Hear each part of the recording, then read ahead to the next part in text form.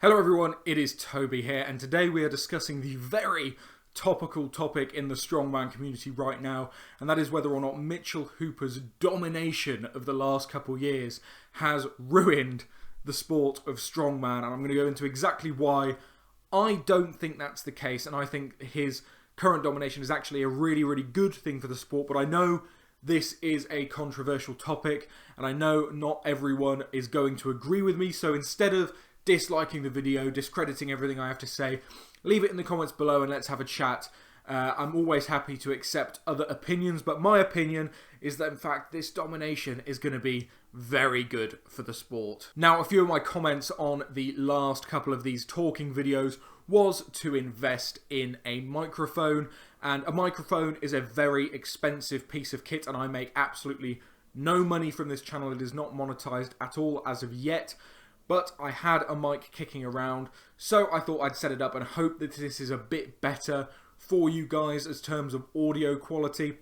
If it's no better, then it means the mic was absolutely awful and I've still used the phone audio, but hopefully this mic will do just fine in making this video at least a bit more tolerable on the ears. And before we go ahead and jump into the discussion at hand, I just want to say a massive thank you to the influx of new viewers from the Giants Live World Tour Final recap. I know that this channel has been mainly training focused with a few of these talking videos sprinkled here and there. So hopefully that you guys want to stick around, but it meant that we hit our 1,000 subscriber goal by the end of the year, a whole 2 months early. So massive thank you for that. Really do appreciate it. But hopefully that this video is another good talking point, because obviously this came up in that video.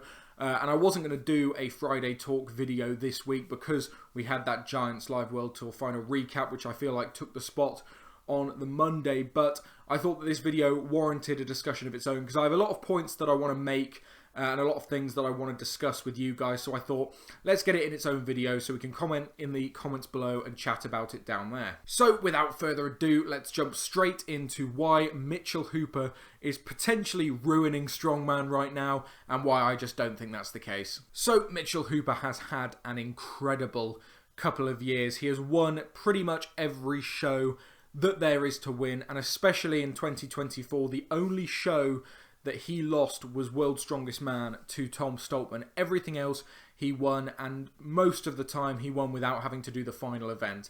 And a lot of people online are saying this is making the sport boring, this isn't giving the other guys a chance, that Mitch should focus on the big four and leave Giants Live to the up-and-comers. And let me just dispel all of those things in this video, because I think that Giants Live is the pinnacle of strongman. It is just below the big four in terms of the standard, the prize money, but it's right up there as the best regular show of the year. We have 6 Giants Live, 4 of them international, 2 of them national or regional, and yeah, if the best in the world wants to compete at every single one, the best of the world should absolutely be able to do that. There is no reason why he should step back and let the other up-and-coming guys in to win, because that's what the lower-level comps, SCL, OSG, all of those things are for, and getting to Giants Live should mean that you get to go up against the best in the world and show that you can shine on some events. Perfect example from the World Tour Finals would be someone like Evans Nana. Even though Mitchell Hooper dominated everything, Evans came in and got to go head-to-head against some of the big names like Trey Mitchell and Luke Richardson, and he did really well, and his name has been in a lot of people's mouths as someone who did fantastically. Now, he didn't win. He didn't even podium, but he did really well. So everyone's eyes are going to be on Evans, and it doesn't mean that we should stop people like Mitch and Tom competing at Giants Live just to give these people the win. They have to work for that win. And that's exactly why I think Mitch dominating at the minute is going to be fantastic for the sport, because it means that even the top level guys like Tom, like Evan, like Luke Richardson coming back, Trey Mitchell, all of these people who are at the utmost top level of the sport still can't win. So even though they might not be doing everything they can possibly do, in the past, they might have got a bit complacent thinking, I can win this show on 90%. I don't need to get my diet 100% right. But when Mitch comes in, gets every single bit of training completely and utterly correct, it shows the other guys that there's a whole new level this sport can get to. And I think him dominating at the minute is just going to push the sport up to a new level. Tom's changed coach. He's got a new focus. Evan is reevaluating some things as well. Luke Richardson's getting better and better. Trey seems to be on the warpath to getting absolutely incredibly strong. And I can just see there's going to be a fire under these guys going into 2025 to prove that they can dethrone Mitchell Hooper. And I think that is what is needed in this sport. People like Z and Brian took the sport to a whole new level. Then Eddie and Thor with their rivalry, and Thor's absolutely dominating 2018 year took the sport to another whole level. So why can't Mitch do the same? And I think the reason why people are specifically hating on Mitch for dominating the past year is because since Thor's 2018 year, we had a few years there from 2019 all the way up to 2023 where we had different winners at every single show. Every show was really competitive and there weren't any really truly dominating performances across multiple shows. Certain people dominated one or two shows like Tom at World's Strongest Man, but overall you didn't know who was going to win going into each show, and we were spoiled with that absolutely insane competitiveness over the last few years. But you look back to Thor in 2018, if Thor was turning up to a show, you put him down to win. Same with Z and Brian. If either of them or both of them turned up to the show, you knew one of them was going to win. Same going back all the way to Mariusz Pudzianowski. If he was coming to a show, you knew he was going to win. Did it stop any of the other guys trying their hardest to dethrone him? No. I mean, look at my coach, Big Loz. 2016 Europe's Strongest Man. He dethroned the Mountain. No one thought that that would be possible. Now imagine if next year we have someone dethrone Mitchell Hooper at a Giants Live. How crazy is that going to be for that person? That's insane. So why is it that Mitch is getting backlash on dominating Strongman when all these other names that I mentioned, Thor, Z, Brian, Mariusz, didn't get as much backlash and are looked upon as legends of the sport? And I think it comes down to Mitch being a polarizing character to a lot of people in the strongman scene. A lot of people obviously had Thor or Eddie being their way into the sport. They have brought the most eyes onto the sport. I guess Brian as well.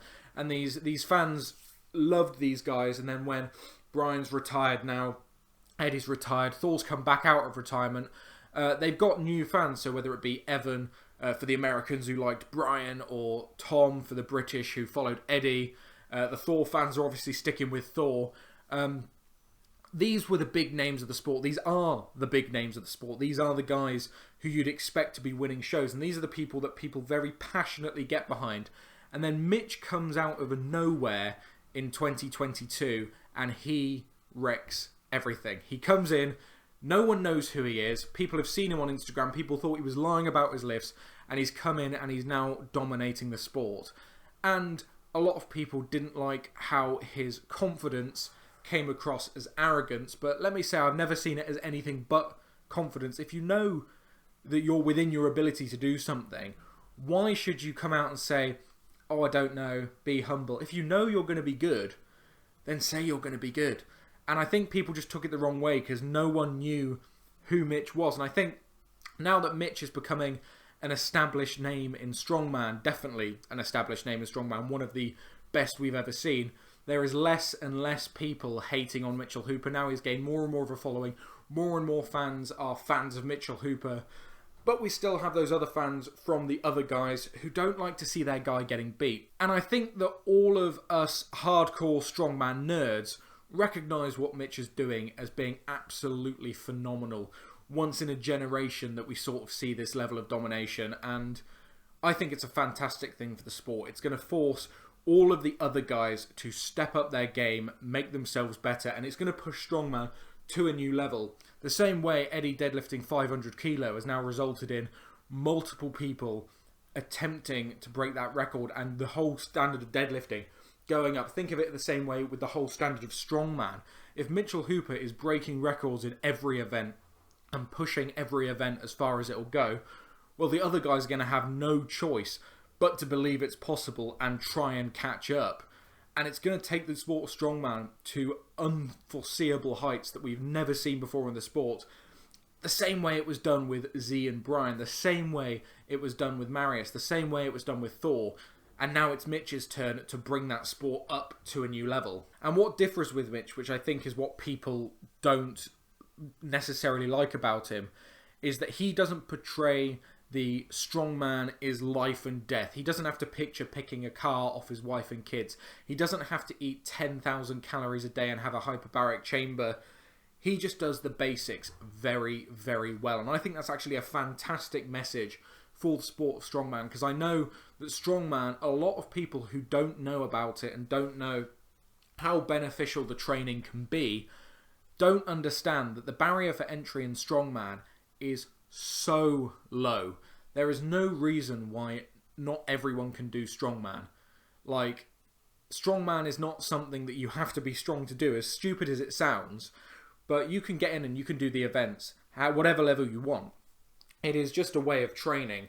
And by Mitch doing the basics incredibly well and performing better than everyone else, it's proving to those people who might not have thought that strongman is for them that they can get in and do it. And I think it's a great message for the sport that you don't need to eat 10 to 15,000 calories a day, have no job, have no one else relying on you, have yourself fully zoned in and focused on strongman to be the best. It proves that Mitch, who runs multiple businesses, has a family, and just does the basics as best as he can, is doing so well. Obviously, genetics and performance enhancement does play a part, but the overall message that he does the basics incredibly well lowers that barrier to entry to the sport of strongman and makes it so much more accessible than these guys like Brian and Eddie and Thor really ever put out, because these guys are all genetic monsters. Brian and Thor are 6'9", 200 kilos. Eddie packed on 200 kilos of body weight onto his frame by eating ungodly amounts. And Mitch just hasn't needed to do that to be one of the best. And I think that's just incredibly inspiring to anyone who likes to get into the sport of strongman for their own benefit. Because if the best in the world doesn't look like the best in the world, well then what's that to say to you? Like, I'm someone who is 6'1", just about. I'm not going to be ever taller than this. But there's been a World's Strongest Man winner at my height, which is Alexei Novikov. He's my height. He's my weight, pretty much. So why can't I do it at some point? You know what I mean? Like, seeing a champion that's not 6'9", 200 kilos, who's more normal. I know Mitch is a very big guy, but you look at him and he's like, I think he said himself, he's the biggest person in your friend group, but not the biggest person you've ever seen. And I think that's a fantastic way to put it. Like, he's a big dude. I've met him in real life, and he's a big dude. Don't let him fool you. But he's not as big as some of these guys that we've seen in the past and we've seen now. And being big is not everything. He proves that you have to have all qualities at the best to be the best. And it shows that you can shine despite not being an enormous monster. So sorry that got into a little bit of a passionate rant there, but it does annoy me when people unfairly hate on someone doing things great for the sport, because the sport needs to grow. We're still a tiny niche sport, and people will hate on any little thing. Brian Shaw will grow the sport massively and then put a pay-per-view live stream, which, shock, money grows the sport, and people will complain that they have to pay for the live stream. Same with World's Strongest Man. People complain that they're now charging for tickets when they didn't last year. And obviously, money grows the sport. What other sport do you not pay for? And the same for Mitch. People loved Strongman as being this absolute like freak show with these guys eating 10, 15,000 calories, getting to ungodly body weights to be the best. But what did that mean? It meant that Eddie retired because he was literally going to die if he didn't. Thor retired and cut down massively. You know, we see people getting injured and stuff. And why do you think that Mitch has never had a serious tear or injury? Why do we think that Mitch is doing so well? Well, he eats completely correctly. He sleeps completely correctly. He trains basically and simply and doesn't risk anything. And he just comes in and he performs well. And he does the basics the best. And this is the message that I love, in that anyone can go to the gym and do the basics of strongman. Now, no one is going to end up like Mitch, because Mitch has the genetics, the muscle insertions, the drive. He's got everything you need to be at the best. But you can get pretty damn good by just doing the basics. There's no hacks, there's no tricks, there's no bullshit. You just got to get in and do well. And if you're lucky in that you've got some of the best genetics in the world, you'll make it massively far. If you have the hard work ethic of some of these guys, you can make it massively far. But if you just get in and you get the work done, you can still get pretty damn far, to be honest. And that is why I think this domination has been good for strongman, because it's got people talking about Mitchell Hooper and why he is so good, and talking about why this domination is going to make the other guys work really hard. And I think 2025 is going to be a very special year of strongman, because we're going to see some of these guys with a new fire come in and dethrone Mitchell Hooper, the Crab King. So I want to see it. I know you guys want to see it. But if you disagree with me and you have any valid reasons why Mitch dominating is not good for the sport, then leave them in the comments below. I can already foresee some of them. Him not doing the last event is a disservice to the people who have paid to come and watch. And my argument is, you've got 11 other guys doing the last event. He actively made the show better by choosing to step out. And he's got a very probable 6-figure paycheck in 3 weeks. And if he blows a bicep off doing something he doesn't need to do and squanders that, well, I think you and I could agree that that'd be a pretty idiotic move. So I completely agree with him not having to do the last event. And can we not just enjoy the fact that someone is so good that they don't even have to do everything to win? Like, how mental is that? But yeah, leave your concerns and criticisms of Mitchell Hooper in the comments below. Let's talk about them. I personally think he's fantastic for the sport. He is sharing a great message, and his whole brand of being larger than strongman, he is the strongman, he is not defined by strongman, is a fantastic message, because everyone who does strongman has a job, they have a family, they have other commitments. You don't have to make it your whole life. It's only the lucky few at the top that get to make it their whole life. So I think it's a fantastic message to share and show, and I think it's very inspiring for a lot of newer people getting into the sport. So all of you grouchy old fellows hanging on to the past, just give Mitch a chance. He's going to be dominating whether you like it or not, and complaining on the internet's going to do absolutely nothing about it. So thank you guys so much for watching. I've been Toby. I hope you enjoyed this bit of a Friday talk video. Try and get these out every single Friday. But on the channel, apart from this, we do lots of my own strongman training, form tips and tricks, all of the general strength and fitness and strength training stuff as well, following my journey to a 300 kilo deadlift hopefully soon. So if that is something you'd be interested in, go down below, click subscribe, check out my other videos on the channel. But anyway, thank you once again for watching, and I'll see you in the next video.